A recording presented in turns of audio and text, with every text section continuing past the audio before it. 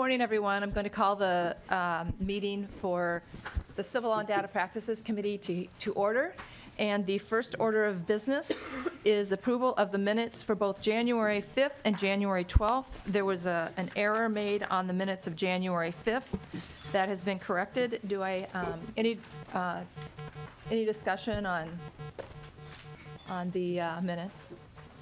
Seeing none, Representative Lucero, would you like to move the minutes? So moved, Madam Chair. The minutes for January 5th and January 12th have been moved. All those in favor, please signify by saying aye. Aye. Opposed, same sign. The minutes are approved. We have a full house today. My understanding from the Sergeant at Arms is that we are at capacity. Room 181 has been set up for overflow. And I appreciate everybody coming out this morning. I also want to say a few words about what happened last night at the State of the State and how frightening that was for the entire state of Minnesota. And we just want folks to know that our thoughts and our prayers are with Governor Dayton and his family and his staff. And we pray Godspeed for him. And in light of that, folks, that was a serious moment for our state. And so I want everybody just to have we're going to have a really respectful discussion this morning. And so with that, we'll get going. Testimony is going to be limited to 2 minutes per person because we do have a full roster today. We do have 2 bills up, and so we're going to debate this bill or hear this bill until 9:30, and then we will cut off discussion, take a vote, and move on to our final bill for the morning. So that's the plan. And with that, Representative Zerwas, would you like to move your bill? Oh, that's right. You're not on this committee anymore. I'm not, Madam Chair. You were last time. I will move House File 322, and the motion is that it be re-referred or to be referred to the Public Safety and Security Policy and Finance Committee. So, Representative Zerwas, to your bill. Thank you, Madam Chair and members. House File 322 is a bill that's received a lot of attention in the last few days, and I think I'll start by talking about what the bill is not. The bill is not anything new in law, would not be anything new in law that would limit someone's legal First Amendment rights. It would not limit anyone's ability to legally protest. It would not limit anybody's ability to legally petition their government or to demonstrate. What House File 322 is an ability to identify individuals that have broken the law, have been charged with a crime, have been convicted of a crime, and have caused great cost to taxpayers because of their illegal activity. By identifying those lawbreakers and those convicted individuals and allowing government agencies and government units of government to pursue to recoup the cost of the enforcement action that they brought upon themselves by breaking the law. Now, in the last 18 months, the cities of Minneapolis, St. Paul, Bloomington, other suburbs that have sent police officers as a part of mutual aid, the State Patrol, and other units of government, including the St. Paul Public School District, and the Bloomington Public Safety Department, and the Minneapolis Airport, have incurred in excess of $2.5 million in expense by responding to this illegal activity. The bulk of those governmental units fund their police departments and their public safety agencies through property taxpayers at the local level. And so we're talking about $2.5 million in just the last 18 months of property tax dollars that have been diverted from local roads, from providing community policing, from providing crisis intervention training, from providing other law enforcement training, money out of the classroom, Madam Chair, because of this illegal activity. I don't think that's right. And I think if you're convicted of a crime where you intentionally inflict as much expense and cost upon a community as possible, you ought to get a bill. It should not be a property tax payer's responsibility to cover for your illegal behavior. This is not a new idea in state statute in Minnesota. In current law today, if you're in one of our great North Woods and you start a fire and you're convicted of that intentional fire or of that arson, the state of Minnesota has the ability to sue you civilly for the cost that you have incurred upon the state. The cost for the firefighters, the cost for the DNR, the cost for the plane that flies overhead to dump the water on the fire that you started while you broke the law. And so we get to this, where hundreds of people stream onto a freeway and lock arm in arm. Or they take 3 or 4 cars and they pull it perpendicular on 35W in the middle of the morning rush. And they get out of their cars and they sit in front of them. Hours goes by. Hundreds of law enforcement officers are called in from around the metro state, around the metro area. And start the meter. It's just costs. It's just costs incurred. These individuals have broken the law. It is against state statute to be on the freeway. They have broken the law. And now the meter's running. And taxpayers are holding the bag. That's not right. At some point, someone needs to defend the people that are given the bill. Well, that's what I'm here to do today.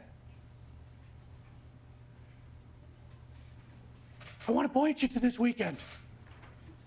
Over 100,000 people came to our Capitol to demonstrate. Yeah. Yeah. The organizers of the Women's March got a permit. The organizers of the pro-life rally got a permit. Everyone stayed off of the roads, except for the roads they had permission to be in. Nobody streamed onto the freeway. Nobody tried to block the light rail. Nobody blocked access to an airport. No one tried to shut down a private establishment. Instead, they decided to peacefully and within the bounds of the law exercise their First Amendment rights endowed by our Creator.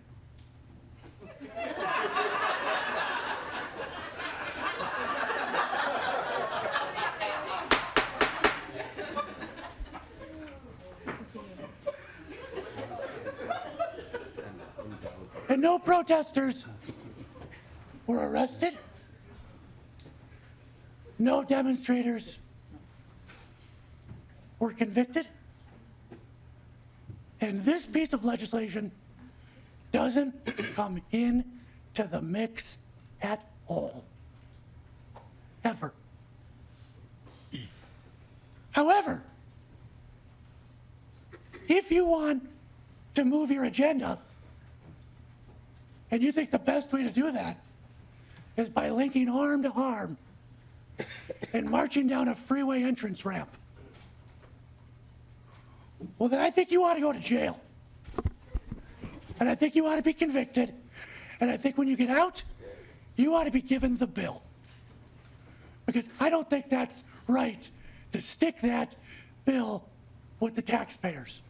If you knowingly break the law in a way to intentionally inflict as much expense as possible, taxpayers shouldn't be left holding the bag.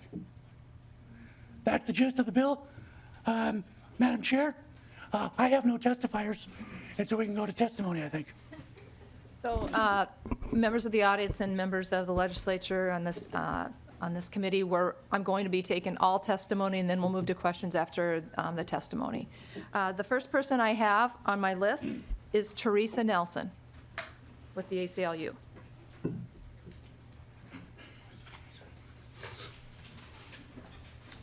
Good morning. Good morning. Please state your name for the record and continue on with your testimony. Madam Chair, members of the committee, my name is Teresa Nelson, and I'm legal director for the ACLU of Minnesota. We're a statewide, nonpartisan, nonprofit organization with over 22,000 supporters in the state. And I appreciate the opportunity to talk about House File 322 today because we do have some serious constitutional concerns, notwithstanding what Representative Zerwas has said. First of all, this bill is first and foremost aimed at people who are engaging in speech activities. And the First Amendment and the right to speech is at the cornerstone of our democracy. And we believe that House File 322 is likely unconstitutional because it will have a chilling effect on speech, and it allows the government to pick and choose who to punish based on their viewpoint, based on the content of their speech, based on the identity of the speaker, and that's very troubling. Free speech often involves protest, raised voices, anger, and the airing of grievances, and can sometimes devolve into an unlawful assembly or can result in charges for blocking sidewalks, blocking streets, blocking roads, especially when you have spontaneous speech in reaction to current news events. Now, this bill is styled as a bill that would simply help communities avoid unanticipated costs, but even the most well-intentioned law can run afoul of the First Amendment. And this law gives the government the absolute discretion on whether or not to bring an action to recover costs. So you may have two counter demonstrations or a group of people demonstrating. The government can pick and choose whose message they favor, whose message they disfavor, and decide who to go after for costs. And that is tremendously troubling. The U.S. Supreme Court in Forsyth County, Georgia v. Nationalist Movement considered a similar ordinance. In that ordinance, the city was allowed to assess cost based on anticipated public safety costs. The court found that that was unconstitutionally viewpoint and content-based restriction on speech. I see my time is up already. I just respectfully urge you to oppose House File 322. Thank you. Thank you for your testimony. Next up, folks, please refrain. We have a lot of testifiers to get through, and so please be respectful of the people that are coming forward to testify. They need their time, and I would prefer not to have clapping in between every testimony.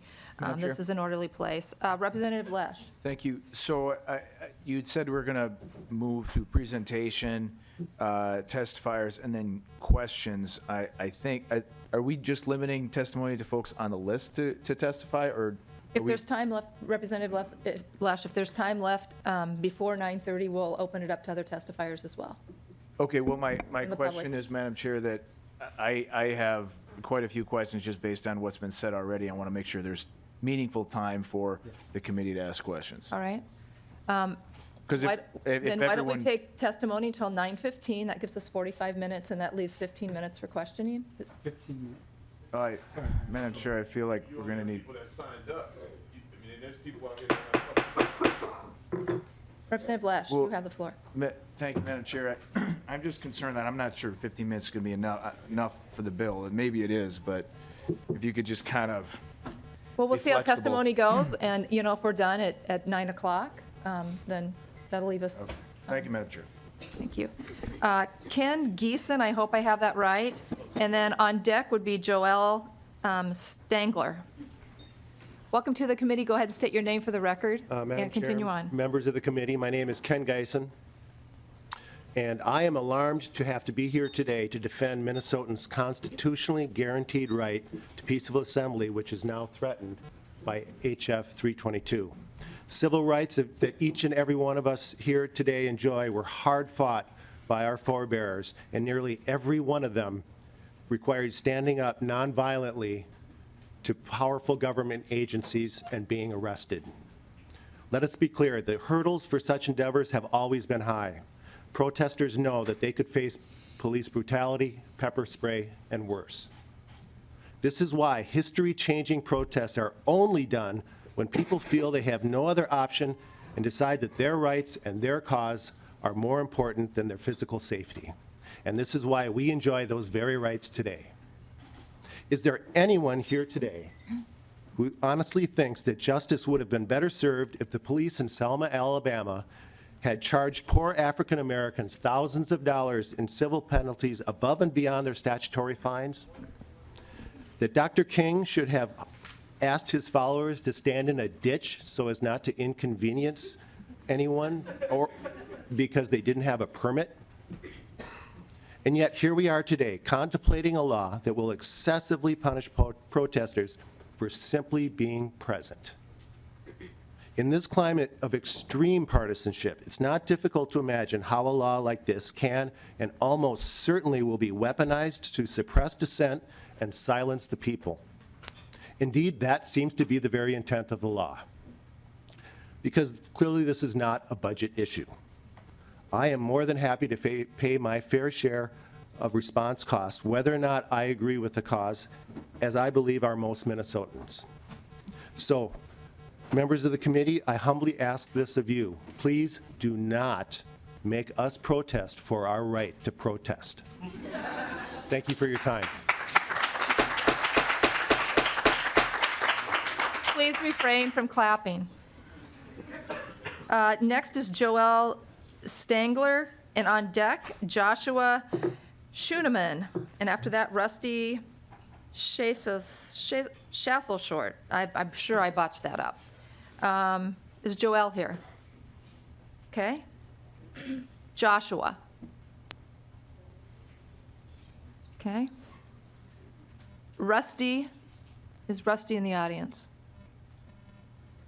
Okay. Madam Chair, Okay. there's also Or 17. individuals that may not have been able to get into the room, so as you're calling their names, they may show up in a few minutes. Okay. Good morning. Are you Rusty? I am. All right. Please state your name for the record and continue on with your testimony. Rusty Shackelford, activist at large. Thank you, members of the committee. Should each of you value the future of our democracy founded upon the tenets of dissent to oppressive regimes, it is ultimately your moral obligation to oppose this bill. This bill is incredibly broad, with no system for self-regulation in the case of its failure. On top of the structural problems of the language, the incentives it gives our local government prioritize politically motivated responses to unlawful assembly rather than the safety of the public. This bill places undue financial burden on individuals who already face criminal penalties.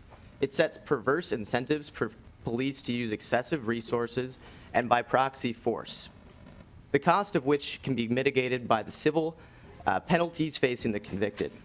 This gives local authorities the power to make politically motivated reactions to unlawful assembly without any form of citizen oversight or administrative accountability check. Imagine if the Morton County Sheriff, the office charged with keeping safe the oil pipeline on the Standing Rock Sioux land, had a blank check to use as many resources as possible against the protesters. Would they be safer? And would the public be safer if the police had more water cannons, more rubber bullets, more dogs? I think the likely answer is no. Let us not forget that Minnesota taxpayers have lost limbs and been grievously injured at the hands of these bullish police forces. Are we to expect those very same citizens to be responsible for the costs of safety due to the violence of the state? This question remains unclear according to the bill. And that's problematic because it gives the state incentive to favor expediency at a cost rather than safety. It separates those who can afford civil disobedience from those who cannot. And for many, the God-given right to civil disobedience is the last privilege they possess in their opposition to injustice. We cannot impose another regressive tax on the right to nonviolent direct actions. Surely in this case, if we legalize civil penalties for unlawful assemblies and public nuisances for the sake of preventing protesters shutting down a highway, as Representative Zerwas has noted in his justification, you prioritize order at the expense of justified dissent to the principles of our government's character. I urge you, if you value free speech in our democracy, to oppose this bill. If you support the individual's right to self-determination and freedom from state repression, oppose this bill. Mr. If you prefer Shackelford, public if you safety, I'm almost done. If you prefer public safety over further incentivizing the state to use military-styled crowd control methods, oppose this bill. If you believe that the state should not have unlimited authority to tax lawful discourse, I implore you to vote no against this bill. Thank you. Thank you, for Mr. your time today. Shackelford. Again, if testifiers could keep it to their 2 minutes, so we allow everybody to have their time, that would be appreciated. Ryan Voss is next, then Nick Borger is on deck. Ryan Voss. Ryan Voss. Nick Borger. Nick Borger. Leanne Tomrinke. Is Leanne in the room? Are you Leanne? Okay. And on deck is Megan Walsh, and after her, Catherine Price.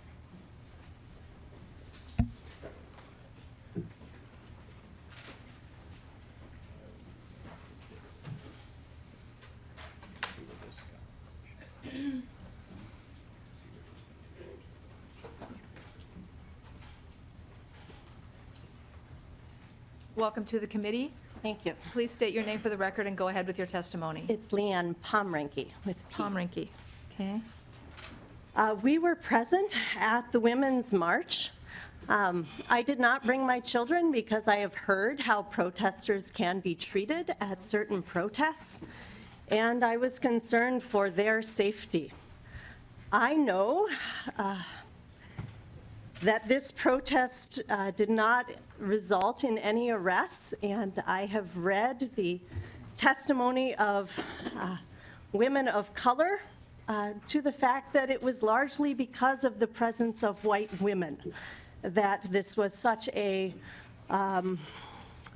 non-combative response by those who were keeping order.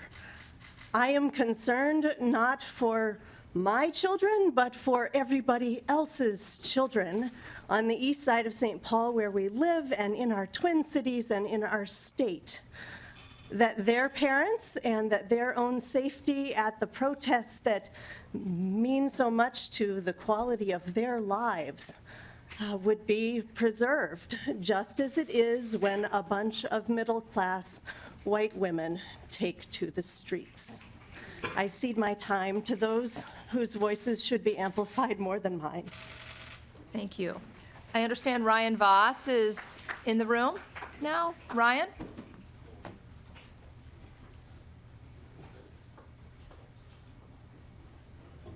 Good morning. Welcome to the committee. Please state your name for the record and continue on with your testimony. My name is Ryan Voss.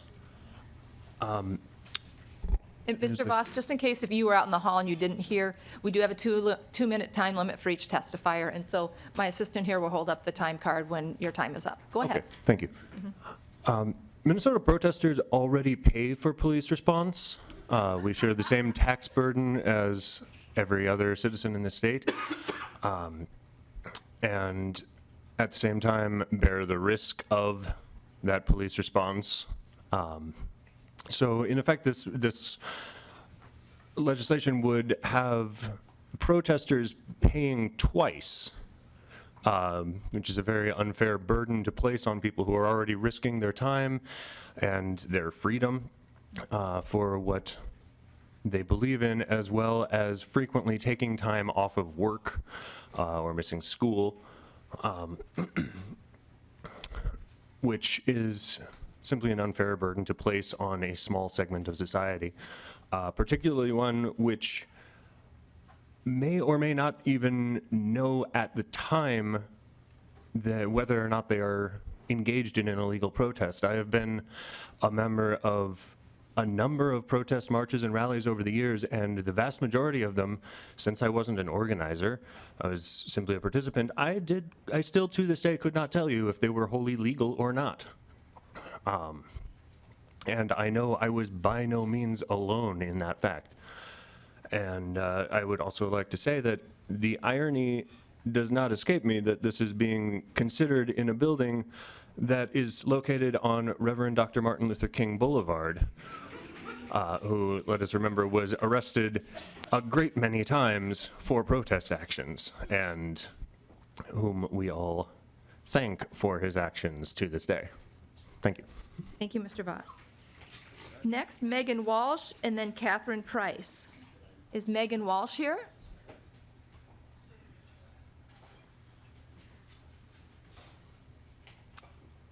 Hello, welcome to the committee. Hi, it's actually Megan Wolf. She called me back with a question about a spelling about my name. Okay, yeah, thank you. Go ahead with your testimony.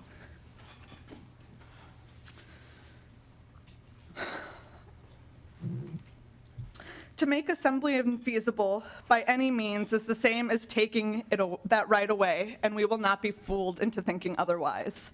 This bill is abominable.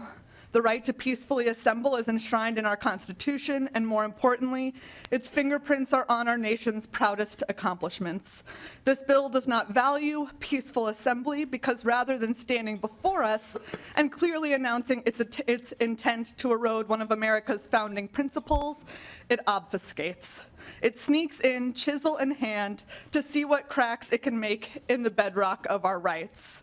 It's not brave enough to put it on a sign, but we see it for what it is.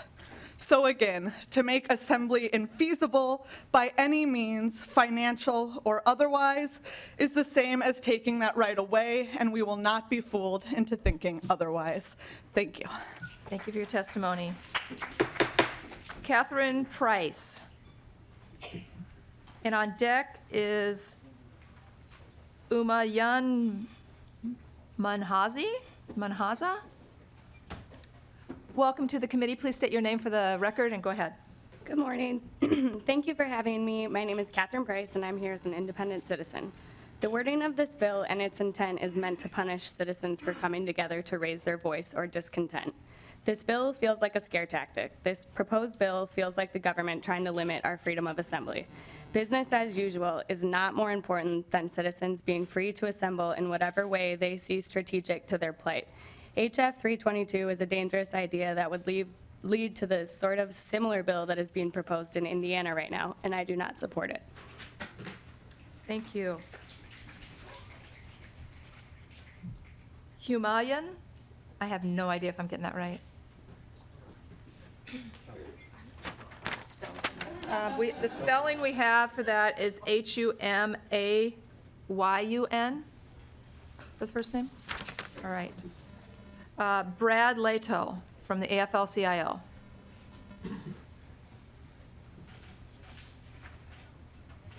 Good morning. Welcome to the committee. Please state your name for the record and go ahead with your testimony. Madam Chair and committee members, good morning. My name is Brad Leto, Legislative Director, Chief of Staff for the Minnesota AFL-CIO, and I'm here today to testify in opposition to House File 322. I know what Representative Zerwas said, but it does seem to me that the goal of this legislation is an attempt to discourage the ability of people to come together and collectively express, promote, and pursue their ideas to seek positive change in civil, organizing, and human rights. Well, this legislation, we believe, is a step in the wrong direction. I doubt it will stop action to seek positive change where it is needed. If we do not remember history, we're bound to repeat it.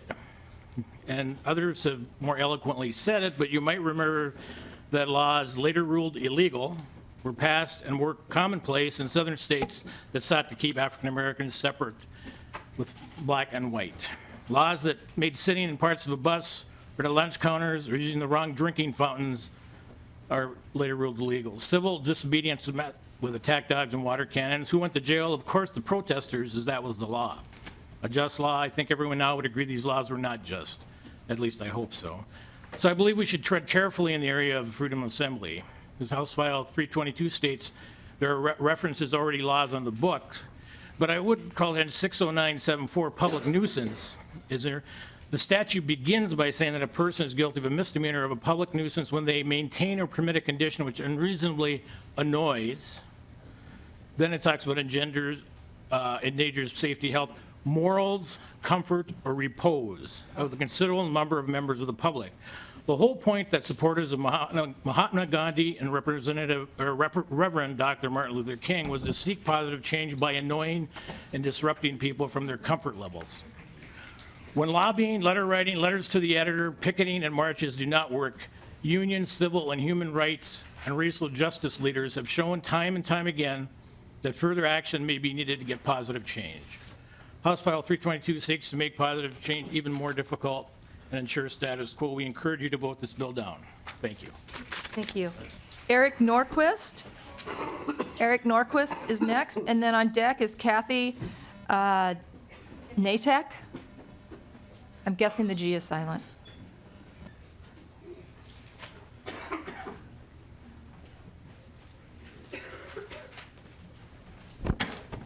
Good morning. Welcome to the committee. Please state your name for the record. I'm Eric Norquist.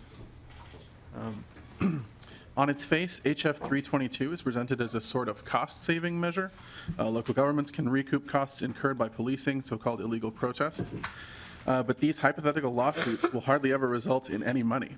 If protesters had the $2.5 million on hand that it would require to cover police costs, then they would not have to take to the streets just to have their voices heard.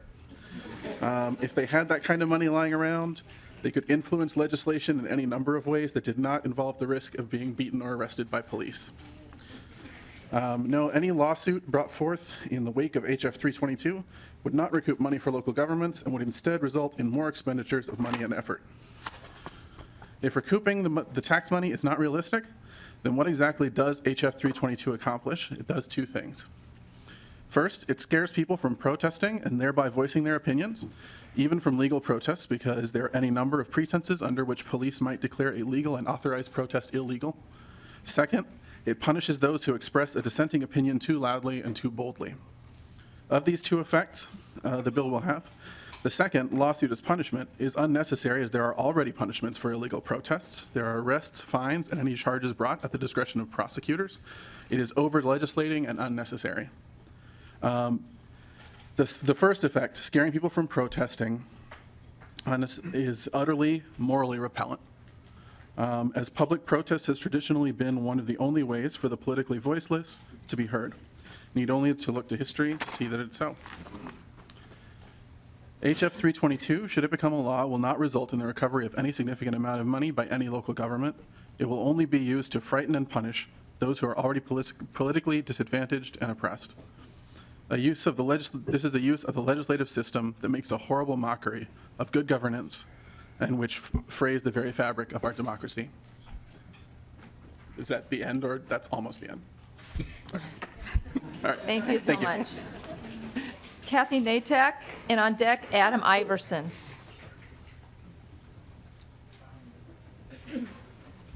Good morning. Please state your name for the record and go on with your testimony. Good morning. My name's Kathy Ganatic. I'm a lawyer and a former law clerk to Honorable Donald D. Alsop, Chief Judge of the Federal District Circuit Court, or Federal District Court here in St. Paul. I clerked, just a little bit away about 29 years ago. I came here today as a matter of conscience. I'm very disturbed. Well, the authors of this bill say, or the author says his aim is to inhibit unlawful assembly. Good Minnesotan common sense, the kind of common sense my judge and all the other Republican judges I worked with had, dictates that the most likely result of this bill will to be inhibit protected political expression. As such, it does nothing to help the cities and does much to harm Minnesotans. There is no question that the law the authors are proposing could lead to draconian punishment. Imagine someone is involved in a large protest which is later found to be unlawful assembly. Under your statute, potentially any one participant could be sued by the city to recover the entire cost of the public safety response instituted in preparation for the assembly. In some instances, that could be thousands of dollars, as well as attorney's fees, and could bankrupt an individual. Such a convenient weapon could also lead to potential arbitrary action by government, as the ACLU representative and other people have stated. It would give power to potentially target leaders of groups to dissuade future political action. Moreover, there is no clear line delineating the difference between legal protest and illegal assembly. This fact, combined with the potential for draconian punishment, are almost certainly likely to inhibit the expression of political speech, and this is unconstitutional, as we all know. It is very difficult for the average Minnesotan to tell in advance what will be defined by the authorities as unlawful assembly or nuisance behavior under the statute. I live blocks from the governor's mansion, and my husband and I walk there every day this summer during the protest, and I could not tell myself, as a lawyer with many years of experience, what was protected and what was not. The results of this statute, if it's passed, would be that someone like me, as well as people that are much less privileged than I, would be kept from exercising our right to be present, to protest, to do what the founders of the Constitution asked of us, what they said. The power of the Constitution, the power to run this government comes from people like me, from every people just like that are here today speaking. And you cannot and should not and must not pass this statute. Thank you. Thank you. Adam Iverson, and on deck, Laney Oman.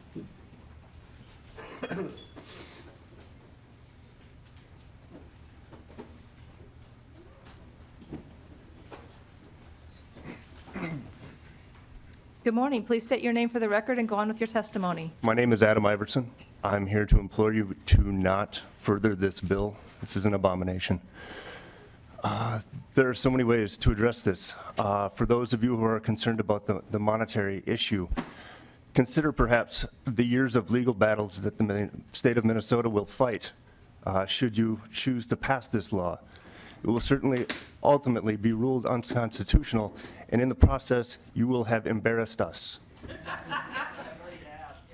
I would like to address the notion of the militarization of our police force and the effect that a law such as this could have on the militarization of our police force. We are a peaceful people, and I have seen so many variants of responses to our demonstrations. I have been at the Mall of America where I saw riot gear and I saw shields. I have been at the Women's March where I saw none of that. I have been in between, and I have seen what might happen should our police have that blank check, should they have that promise of justification for whatever forceful action they may choose to impose on a specific instance. I would ask you to consider whether or not you want to sign your name to this. Do you actually want to be a part of this? Do you feel that history will be kind to you? I don't think so. Please vote no. Laney Oman, and on deck, Abdirazak Mohammed. Good morning. Welcome to the committee. Please state your name for the record. Good morning. My name is Laney Omans. This is my first time testifying before a committee, but I feel very strongly about this issue, so thank you for your patience. I want to say that I was present at the Mall of America protest in 2014, and I found two things to be really striking about that protest. One, how incredibly well organized and peaceful it was. I attended with members of my church family, and we chanted and sang Christmas carols. It was really moving. The second thing I found to be striking was the level of police present and how aggressive they presented. As the gentleman before said, they were wearing riot gear. It seemed excessive. I'm not an expert. So I remember reading afterwards that the city of Bloomington was attempting to seek $30,000 in restitution for police overtime. And I thought, well, was that necessary? It seemed like a peaceful protest. Very few people were arrested.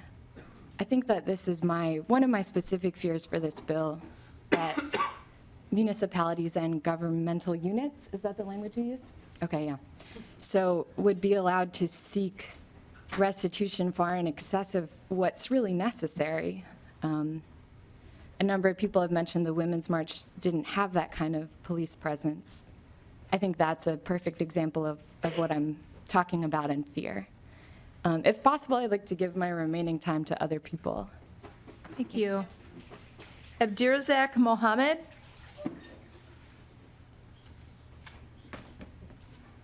May Esperanza Los Loso.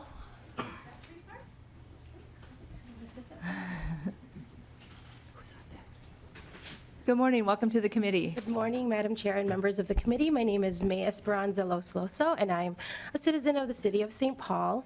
I'm really glad that a lot of folks have shown up in our communities to this hearing this morning. I speak as a participant in many public assemblies and protests. I have literally feared for my life and the lives of my community, my family members, and that is why I protest. This is why I exercise my opinions, and I respect other opinions as well. You know, I don't think that we should be policed in expressing our First Amendment rights. And I believe that this law is, or this bill is too broad. I mean, how will it actually be enforced? Will police be given, you know, like people have said, a blank check? We've seen the discrepancies between who is targeted, who is processed by the law, and who is not. And I wish that you would look to that, the discrepancies in who actually gets prosecuted and who doesn't. I think that is an important lens to look at, because our communities, we feel under attack every day. You know, there's not one day that my partner doesn't drive through, you know, Falcon Heights that I don't literally fear for his life. So our lives are on the line, and we cannot stand for this any longer. Thank you. Thank you for your testimony. Is there anyone else in the audience wishing to testify this morning? Okay. Sir, come to the testifier's table. Please state your name for the record. My name is John Thompson. I am an employee of St. Paul Public Schools. I also work with, I work very closely with Philando Castile. He's one of my good friends. I lost Philando on the 6th of July. On the 4th of July, I spoke to Philando. The last words out of Philando's mouth to me was, "John, I love everybody." All right, so we're talking about somebody who served 200 kids a day, loved each and every one of them. So then we fast forward to his untimely murder in Falcon Heights. Let's be clear, Philando was murdered. We were not protesting. We were mourning Philando's death at the mansion. We were mourning being racially profiled. We were mourning being oppressed. And I don't know if you knew this, but being oppressed is embarrassing as a black man. Being oppressed is very embarrassing. It's humiliating. We were mourning police brutality. And who do you send to break it up? The same people we're trying to protest against. You sent the police. The same people who beat us upside the head with sticks, the same people who mace us. That's what we were mourning. We have no voice, so what we do is we vote for people like you to make changes. We vote for people like you to give us hope. We vote for people like you to stand up against garbage laws like this that's trying to be put into. This is a shame. This is a shame. My friend was murdered by the police. He was murdered, and I want to be clear, he was murdered. I was not protesting. I've been a machinist for St. Paul Public Schools for 9 years. I wasn't protesting. I was mourning my friend being shot 7 times while I witnessed that live on TV. I was not on 94. I didn't agree with them on 94, but I understood. And all we asked for, you know what they were doing? They were asking for all you guys to come out and say, what is it that we can do to help you? Not one of you came out. Not one of you came out. What is it that we can do to help you? And to this day, Order, please. and to this day, we're still asking you to come out and help us. I know my time's up, but to this day, we're still asking the police department to come out and help us bridge this gap. We're asking government to come out and help us bridge this gap. We're asking the mayor to come out and help us. Please help us. Don't harm us. We are not criminals. Black people are beautiful people. My friend was murdered. Thank you. Thank you for your testimony. Please state your name for the record. My name is Hunter Cantrell, Madam Chair. Go ahead with your testimony, please. So first of all, I want to address, there's a logical fallacy that's called a false equivalency that we witness here today. A man who starts an arson is not the same as protesters who are absolutely trying to make a statement that they do not have a viable route for recourse in our society. It is abhorrent. The ACLU released a study in 2015 that had about 2 years worth of data from Minneapolis arrests.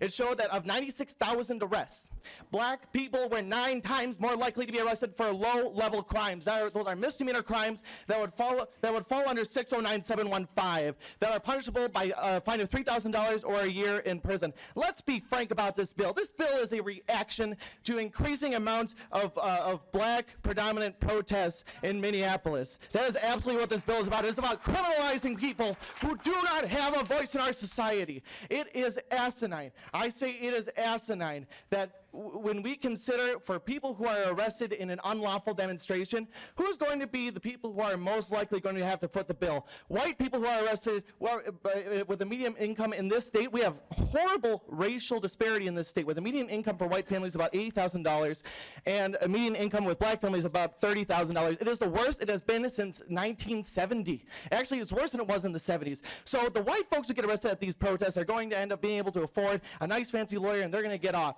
But guess what?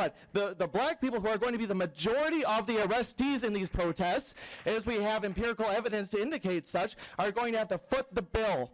They're going to have to foot the bill. And how do you apportion, how you split up $2.5 million among people? That doesn't make sense. You're going to bring people, it just doesn't. You're going to bring people to court over, let's say maybe the bill's $15,000.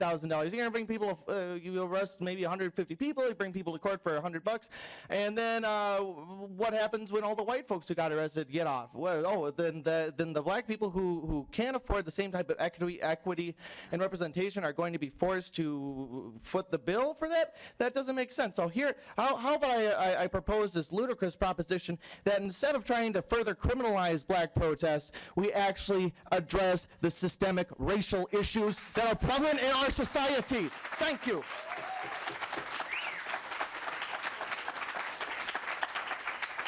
Madam Chair. We'll take 3 more testifiers. Representative Lesh.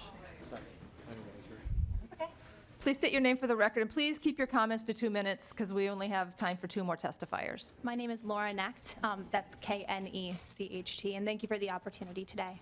I am proud of the testimonies that have been given before me. I come from a very privileged circumstance, and I'm not going to take very much of your time. But in addition to all of the points that have been raised today, I think that this bill is a great example of the fact that we live in a society that has not only become polarized in terms of opinion, but has become threatened by dissent of any kind. And I think that is not only apparent here, but also within the rhetoric that has come to dominate the federal sphere as well. And I don't think that it's something that should continue at all. Dissent and voicing of opinion should not be something that should be, when it's peaceful, criminalized in any way, shape, or form. And at the same time, we should feel confident in communicating with each other and seeing each other as human beings, whether we're in the street, whether we're sitting in a committee chair, or whether we are talking to each other in the workplace. I have come from a situation that, again, like I said, is extremely privileged compared to the majority of people, and I wish that wasn't the case. But even from my perspective, I have been anxious and I have felt like I am not safe in terms of going out and protesting. And I say that almost, my problems are slim compared to so many, even just in this room, in terms of what it is that I have to go against to have my voice heard.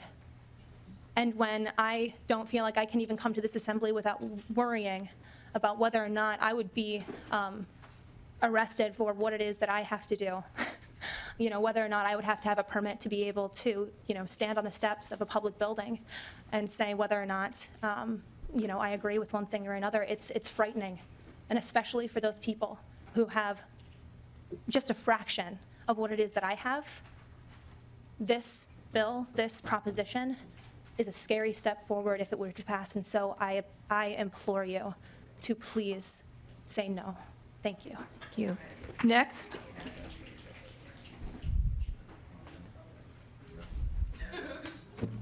Please state your name for the record. My name is Kathy Jones, and I am the Vice President of the Minneapolis NAACP. And I come today with a message from the Minneapolis NAACP and our President, Jason Soul. The Minneapolis NAACP unequivocally condemns and opposes HF 322 because it would infringe on constitutionally protected rights to free speech and assembly. The burdens of these restrictions would be disproportionately borne by people least able to pay large settlements. HF 322 would give police departments a blank check to overreact to public protests. It would also provide an incentive to categorize peaceful demonstrations as unlawful assemblies and to charge as many people and collect as much money as possible in Minnesota. We don't sue sports fans for extra policing costs associated with events.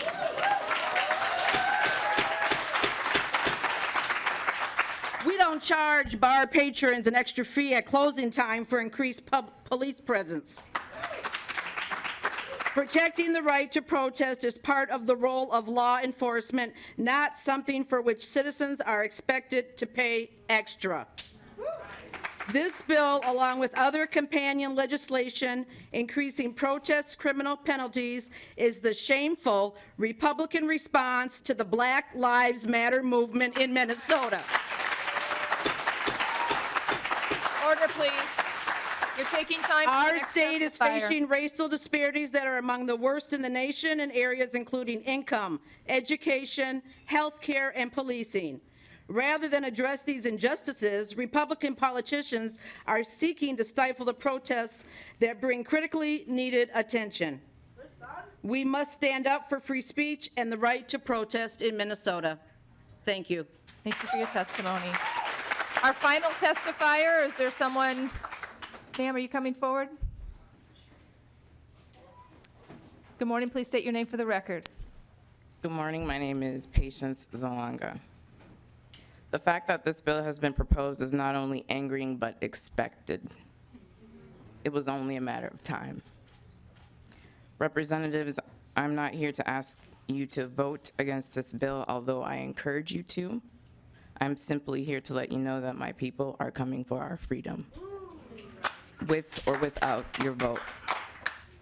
No vote, no bill can diminish the people's hunger for freedom and humanity. And if you think so, you are gravely mistaken. We've been here, we've done this, and we'll do it again until our voices are heard.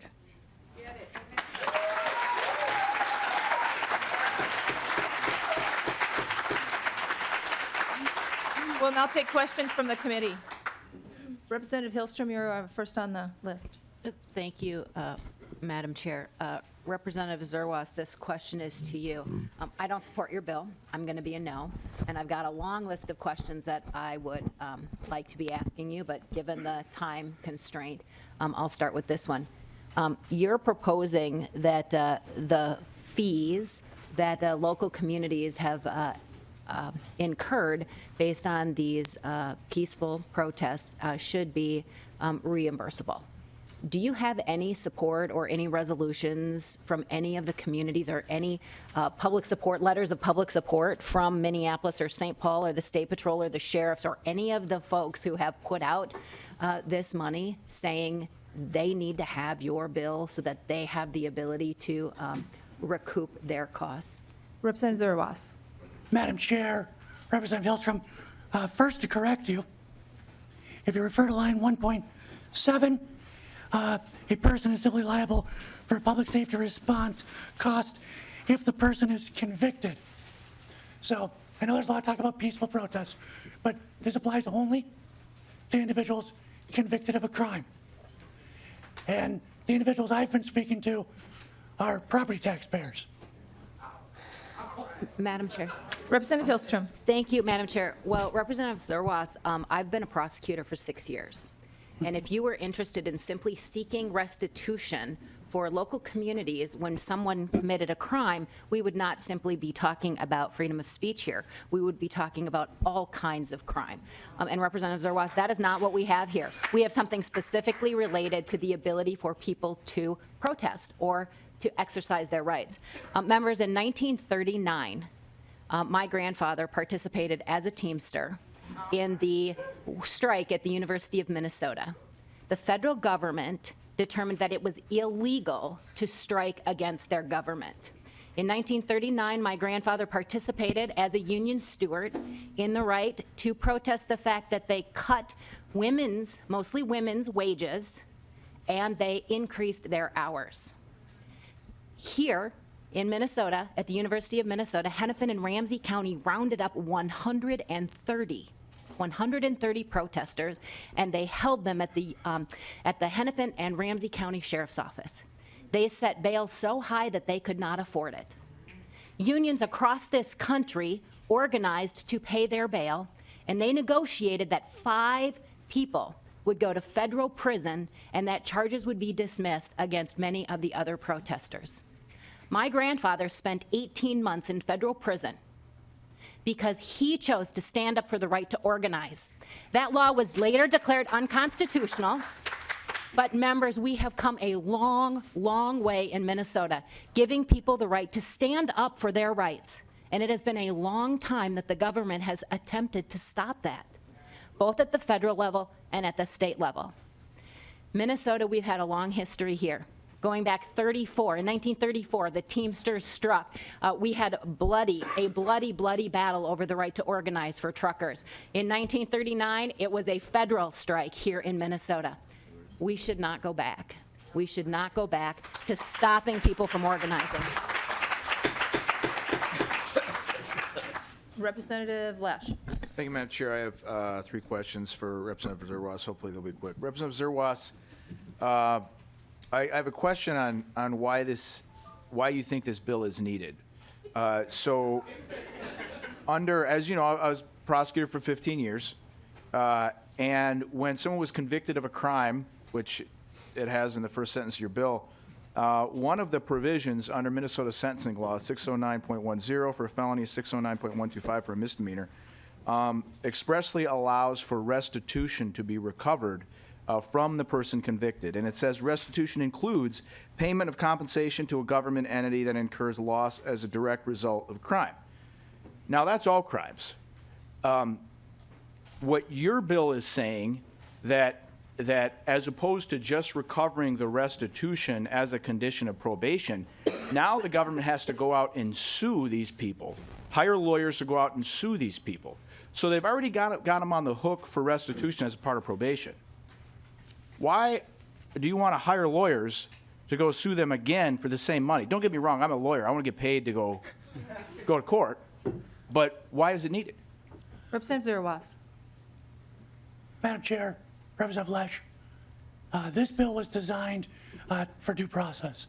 And so this will allow an individual, if they are sought to repay for the costs of the law enforcement expenses that they brought upon themselves while breaking the law, that there is due process built in.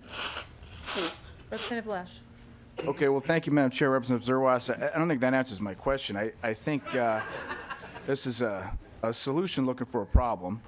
Well, I think there's a problem. I think there's $2.5 million in 18 months that says there's a problem, Representative Lesh. We have a go-to move of blocking airports so people can't leave town on Thanksgiving weekend. We have a go-to move of shutting down freeways and stopping ambulances and emergency personnel from getting into Minneapolis. We have a go-to move of blocking light rail transit and crippling the blue and the green line. So I think there is a need for this. I think there absolutely is a need for this. And if you think the civil remedy is the wrong approach, then I encourage you to sign on to House File 390, a bill I'm also carrying that makes this a gross misdemeanor, to block a freeway, to block access to an airport, or to block the light rail line. If you think the criminal option is better, then join me and fight for that. Representative Lesh. Thank you, Madam Chair. I appreciate that, Representative Zerwas. I think I'll have plenty to say about your other bill too, the criminal bill when it gets jacketed. But let me just say this: on the $2.5 million costs as assessed by law enforcement, my question is this, is that how do you designate that? So, give you an example. On Saturday night, I was driving back from southern Minnesota. I was on drill when the Saturday night protest happens this summer on I-94. And it was Sunday night when I was finally getting back from drill. And I was driving up Lexington, and there right off of St. Anthony and Lexington off 94 were about between 6 to 10 cops in their squad cars hanging out. And I knew some of them, having been a prosecutor for a long time, and I stopped and talked to them. I said, so why are you guys here? And I said, well, you know, just kind of plussing up because of the protest last night. And I looked around, it's like, have you seen anything? They said, no, nothing since, 11 o'clock last night.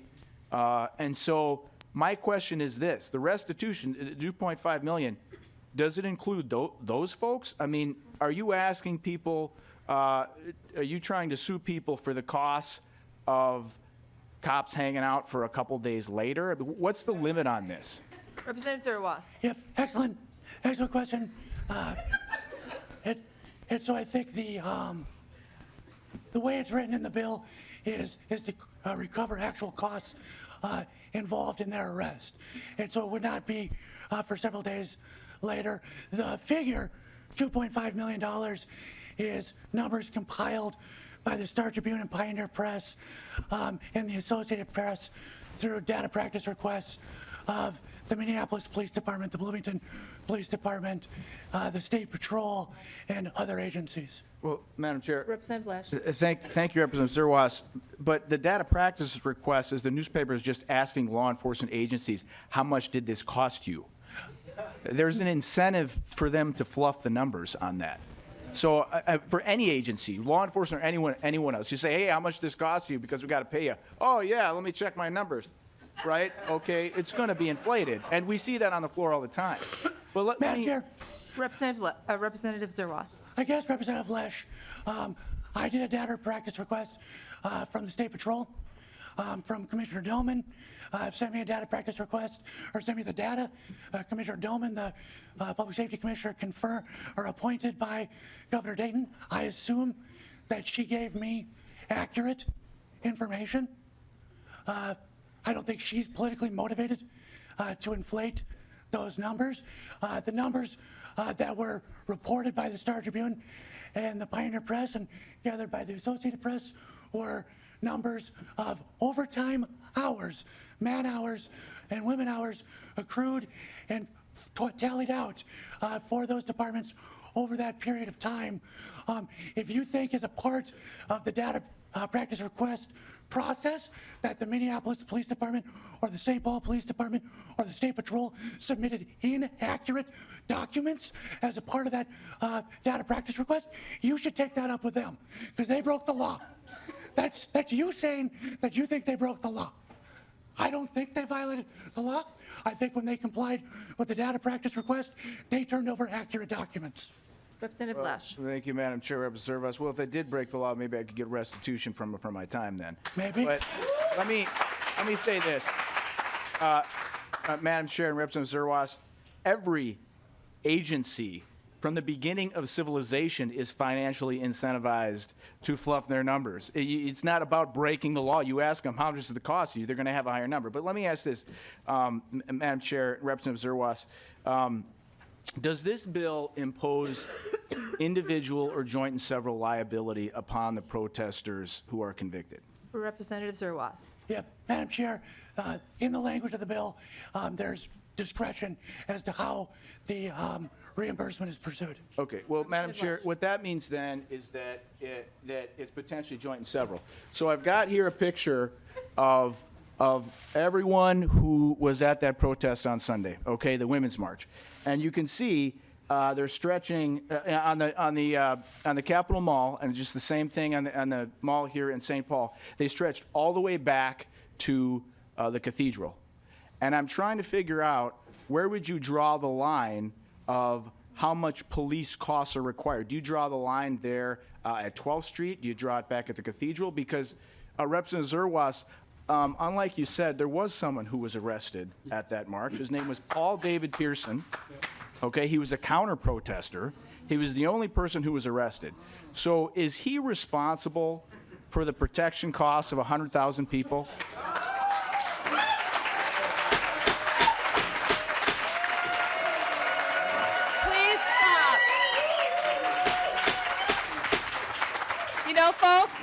know, folks, guess what? We were all very respectful while you gave your testimony, and I would just ask the same in return. Representative Zerwas. No. And if you read the bill, it says the costs related to their arrest. And so the costs related to the arrest are not the costs involved in 100,000, in protecting 100,000 people. The interesting thing, Representative Lesh, is that demonstration followed the law. It had the proper permits. They stayed in the area that they said they were going to demonstrate in. They never blocked any roads. If individuals from that protest would have spilled onto I-94, and there would have been 100 police officers that would have to go to deal with that, then you have a different situation, a different setting, unique to those individual lawbreakers. But that's the big confusion here. And that's what you've done on social media, and that's what people have done for the last several days, is you've confused the issue. This bill doesn't impact someone legally expressing their right to free speech at all. If you violate the law, if you block traffic, if you block access to a building, if you go out of your way to bring in extra law enforcement costs, and you bring up that cost because you just want to make it hurt, that's what this bill is for. Madam Chair, I don't have any other Representative Lesh. questions, but just a final comment. Representative Zerwas, I can guarantee you that the folks that protested outside this building on Sunday did not have permits for 100,000 people going blocks from the Capitol. They did not. They did not have those permits. Therefore, that protest was technically outside the limits and the boundaries of the law, as you stated, and they would be liable for those costs. And that, I think, is a fundamental flaw in this bill. No more questions, Madam Chair. Representative Dean. Thank you, Madam Chair, and Representative Zerwas. I'm very troubled by your bill, as I'm sure you can imagine. I'm also troubled by what I'm going to talk about next, and I'm conflicted because this country was founded by white Europeans coming here and taking over the land of a people that had already been here. And the reason that I preface that is if our four founding fathers of the United States of America would have been under this law, we may not even be a country. I mean, this country was founded on protests against the country of England for oppression that was happening to people that had migrated to our country. So our country was founded by giving discomfort to those who were comfortable. And that's what these protesters have been doing. I'm going to ask you a question, two questions, and I'll get to the second one, which I think might be a little bit troubling for you. How much money has the state recovered from forest fires that were intentionally set? Representative Zerwas. Madam Chair, Representative Dean, I do not know. Okay. Do you know how much, thank you, Madam Chair. Do you know how much money was actually charged to arsons that may have set forest fires in this state? Representative Zerwas. Madam Chair, Representative Dean, I'd have to look back, but I can think of one or two that was in the neighborhood of about $100,000. Okay, thank you, Madam Dean. Chair. Representative Zerwas. And if you don't know if that money was recovered, your bill is pretty much just out there for good fodder for a lot of people in the state to be angry at people that have been protesting. Now, I'm going to ask you a question, and I want you to bear with me a little bit. Did your mom or dad ever have the talk with you when you were 8 or 9? Representative Zerwas. Representative Dean, I learned a lot from my parents. Okay, well, Dean. thank you, Madam Chair and Representative Zerwas. There were 2 young black men that were shot in Minneapolis and St. Paul in this last year. And almost every parent that has a black child, black male children especially, have a talk with their children when they're like 6, 7, or 8.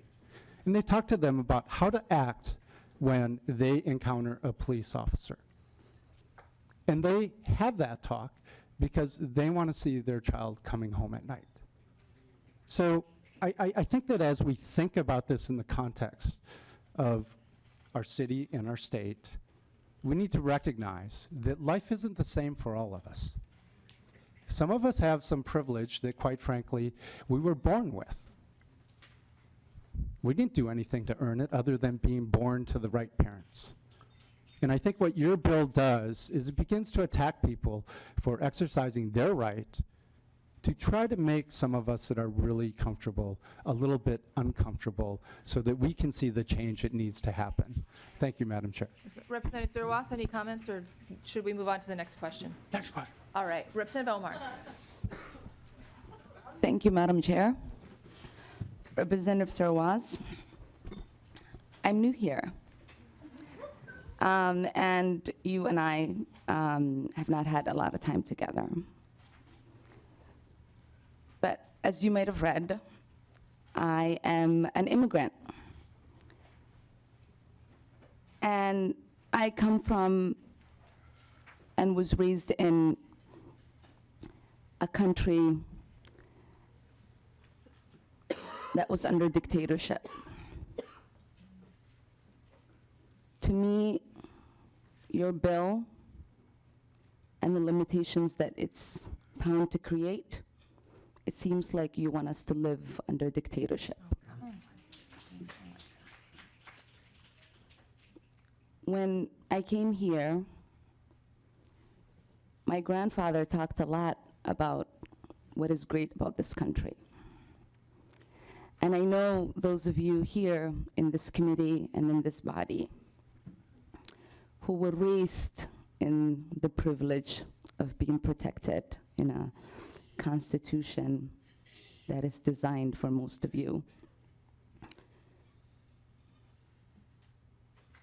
Having earned new privileges as a citizen in this country, I hold dear a lot of the words that are in the Constitution because they allow me to be seen a little bit more equally here.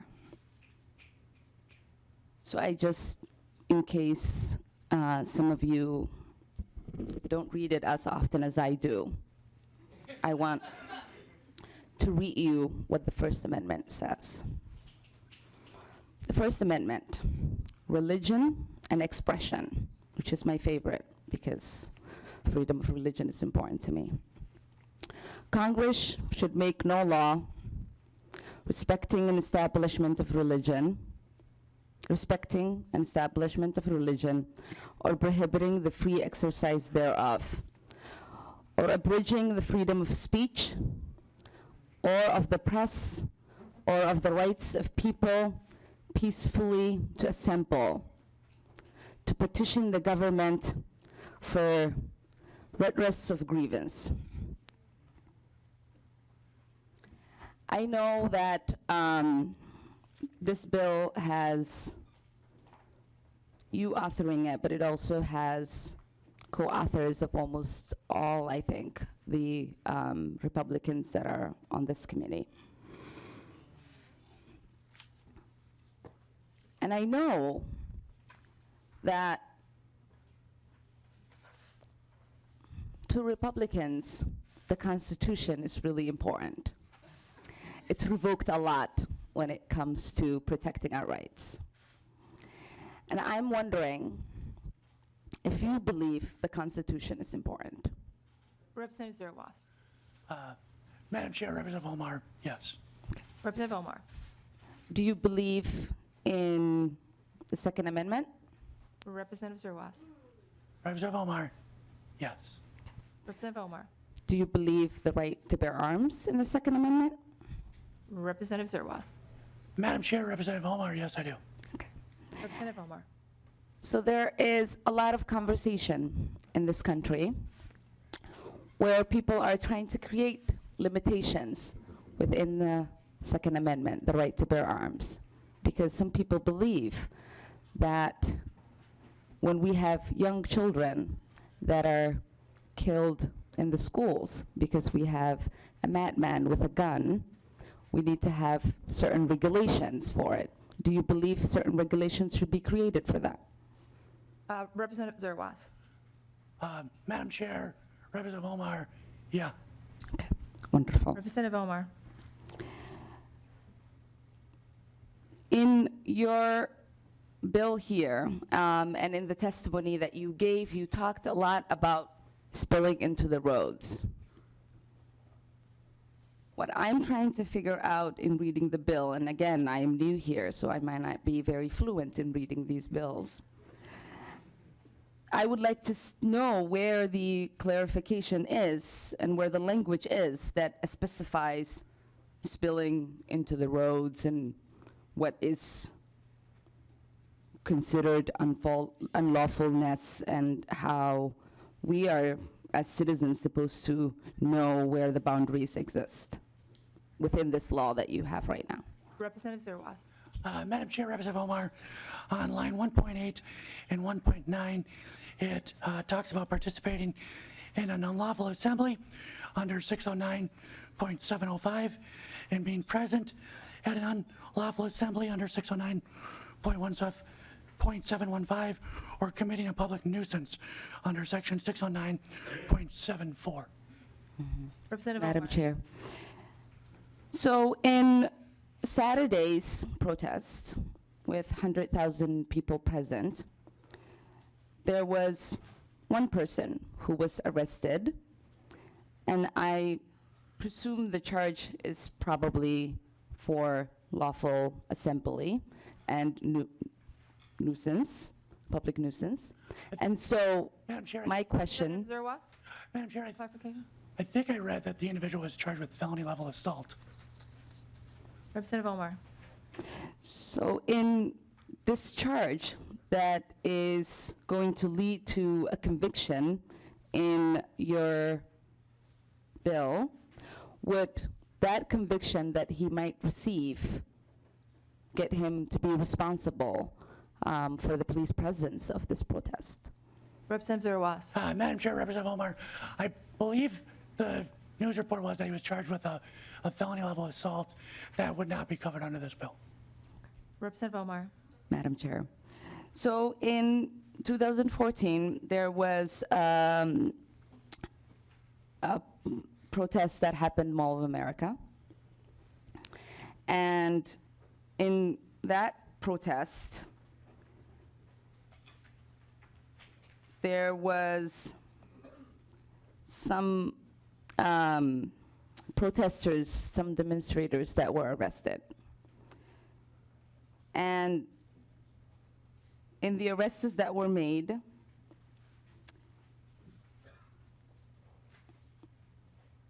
many of those charges were dismissed.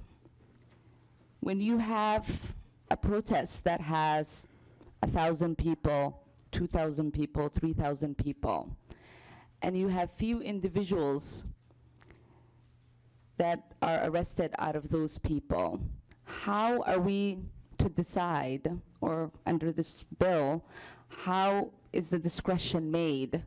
Who gets to be responsible? Representative Zerwas. Madam Chair, members of the committee, on 1.14 through 1.16, it talks about following up on that action, and that it may bring an action to recover civil liability and related legal, administrative, and court costs. And so the language is permissive, and the entity would have discretion as to how they pursue that. Representative Omar, any further questions? Okay. Our Madam Chair. time is up for this bill, so if you could hurry those along, that'd be great. Thank you. Just a few more. Thank you. We're having a lot of conversations of the cost that is accrued by taxpayers, as you refer to them as property taxpayers. For this incident, as many have expressed in their testimonies, we as citizens already pay for the police to protect and serve. And we will now also have to decide if we maybe take an insurance in case we protest and get arrested, so that we can figure out a way to pay for that, possibly. Or maybe set up some savings for the days that we protest and get arrested. What I am wondering is that in Minneapolis, in the city that I reside in and represent, there is a lot of money that is paid out because the police use excessive force. And so for that, who do you think should be responsible for? Representative Zerwas. Madam Chair, members of the committee, I think that's a good question for your city council. I think that's a good question for your mayor. I don't know how that's handled in your city. Representative Omar. Thank you, Madam Chair. My question isn't specifically for City Council. It is to you as someone who is worried about where our taxpayer money should be spent on. I'm wondering if you think our taxpayer money should be spent on for us in providing for more jobs, for fixing roads. Do you not also believe that our money should not be paying to pay for excessive force? Representative Zerwas. Madam Chair, Representative Omar, absolutely. I don't think you should pay for excessive force. My hope is that as we move forward, the mayor, the police chief, and the police department have those incidents as infrequent as humanly possible. Anytime there's excessive force, it's a stain on the community. Representative Omar. So for that particular one, you would like the municipalities to take care of it? Representative Zerwas. Madam Chair, I believe, and I'm not positive, but I know in my city, when I was on the city council, the city of Elk River was insured through the League of Cities Minnesota Insurance Trust, where they pay in dues and then their insurance policy pays that. I'm pretty sure Minneapolis participates in that as well. So I believe it would be a league insurance policy that would cover most of those. Representative Omar. The city of Minneapolis is self-insured. The city in Minneapolis turns out is self-insured. So what I'm hoping, since you seem to be someone who's very concerned about property taxes, for us to hopefully maybe author a bill together where we can make sure that the police are responsible for the money that they accrue when they use excessive force. Thank you, Madam Chair. Folks, we are out of time. For this bill. A quick comment. I promise I will be brief. Okay, Representative Carl. Thank you, Madam Chair. Representative Zerwas, your comment earlier, I don't think anybody here is confused in terms of the content of your bill. Honestly, this bill is designed to intimidate legal protest, period. Some politicians are afraid of democracy in the streets. The Constitution, including the First Amendment, is a higher law than traffic regulations. As elected officials, we swear an oath to protect freedom under the Constitution. These engaged citizens here today are demanding that our government work for us and not against us. I oppose your bill. Representative Zerwas, any closing comments? Thank you, Madam Chair, for your time. Roll call. Madam Chair. Roll call. Roll call has been requested. Just a reminder that the motion is that House File 322 be recommended to be re-referred to Public Safety and Security Policy. The clerk will take the roll. Chair Scott. Aye. Representative Smith. Aye. Representative Lush. No. Representative Carlson. No. Representative Dean. No. Representative Hillstrom. No. Representative Howe. Aye. Representative Johnson. No. Representative Lunan. Aye. Representative Lucero. Yes. Representative Omar. No. Representative O'Neill. Aye. Representative Pugh. Aye. Representative Vogel. Aye. Representative Whalen. Aye.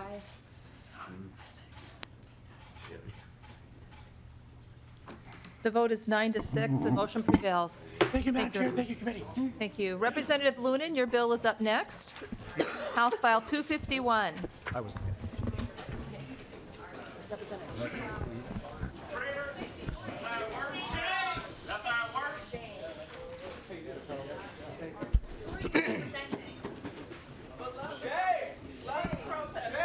Representative Lunan?